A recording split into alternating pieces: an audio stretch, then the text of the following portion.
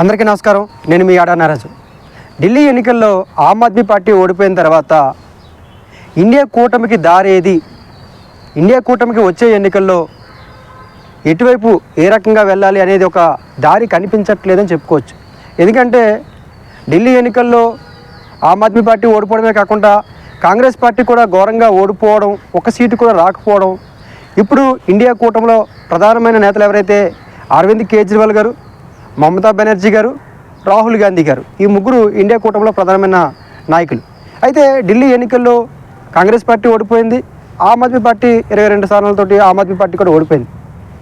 ఇప్పుడు ఆ ఇండియా కూటమిని కాదని అరవింద్ కేజ్రీవాల్కి మద్దతు ఇచ్చిన కొన్ని రాజకీయ పార్టీలు ఏవైతే ఉన్నాయో ఇండియా కూటమిలో, అటు కాంగ్రెస్ పార్టీలో కలవక, అలానే ఆమ్ ఆద్మీ పార్టీలో ఉండక మధ్యలో అటు ఇటు సతమతం అవుతున్నారు. అయితే కాంగ్రెస్ పార్టీ ఇండియా కూటమిలో సభ్యులందరినీ కూడా ఒకే తాటిపై తీసుకొచ్చి ఐకమత్యంగా ముందుకు తీసుకెళ్ళలేదు అన్న భావన ఎవరైతే అటు ఆమ్ ఆద్మీ పార్టీకి తరపున ప్రచారానికి వెళ్ళిన ఇండియా కూటమిలో సభ్యులు ఎవరైతే ఉన్నారో వాళ్ళందరూ కూడా మిగతా పార్టీలతో తెలియజేసే అంశం ఇది.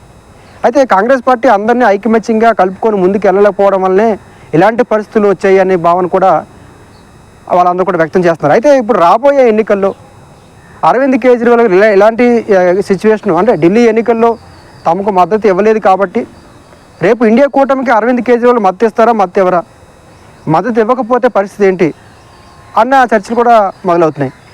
అయితే ఒకవేళ అరవింద్ కేజ్రీవాల్ గారు మద్దతు ఇవ్వకపోతే మమతా బెనర్జీ గారు కూడా మద్దతు ఇవ్వరా, లేకపోతే మిగతా పార్టీలు ఖచ్చితంగా మద్దతు ఇస్తాయా అని చర్చ కూడా ఉంది. కాబట్టి ఢిల్లీ ఎన్నికలు ఏవైతే ఉన్నాయో అరవింద్ కేజ్రీవాల్ గారు ఓడిపోవడమే కాకుండా కాంగ్రెస్ పార్టీ కూడా ఘోరంగా ఓడిపోవడంతో ఇప్పుడు ఇండియా కూటమి ఎటువైపు వెళ్తుంది, ఇండియా కూటమికి ఒక దారంటూ కనిపించట్లేదు అని మనకు స్పష్టంగా చెప్పుకోవచ్చు. కాబట్టి ఈ విషయాలన్నిటి నుంచి కూడా కొంత బయటపడే వాస్తవాలను గ్రహించినట్లయితే మాత్రం ఖచ్చితంగా, ఎందుకంటే ఇండియా కూటమి మీద ఇప్పటివరకు ఎలక్షన్ తర్వాత కేజ్రీవాల్ గారు ఏ రకమైన స్పష్టమైన ప్రకటన కూడా చేయలేదు.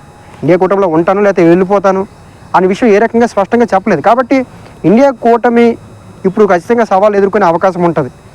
ఎవరైతే ఇండియా కూటమిని కాదని అరవింద్ కేజ్రీవాల్కి మద్దతు ఇచ్చారో వాళ్ళు అటు ఇటు రెండు వైపులు ఉన్నారు. కాబట్టి ఖచ్చితంగా వాళ్ళు మళ్ళీ కాంగ్రెస్లోకి ఆ ఇండియా కూటమిలోనే ఉంటారా, లేదంటే మళ్ళీ కేజ్రీవాల్ ప్రత్యేకంగా ఏదైనా వేరే రకంగా వెళ్ళే అవకాశం ఉందా, లేదా ఇవన్నీ మనసులో పక్కన పెట్టి బీజేపీ మన టార్గెట్ కాబట్టి ఖచ్చితంగా మళ్ళీ ఇండియా కూటమిలో అరవింద్ కేజ్రీవాల్ మళ్ళీ యాక్టివ్గా పాల్గొంటారా, ఇవన్నీ కూడా మనం కొంచెం వేచి చూడాల్సిన అవసరం లేదు. ఎందుకంటే ఢిల్లీ ఎన్నికలు జరిగిన మొన్న వారం రోజులు అయ్యాయి కాబట్టి ఖచ్చితంగా వీటి మీద ఒక క్లారిటీ వచ్చే అవకాశం ఉంటుంది. Thank you.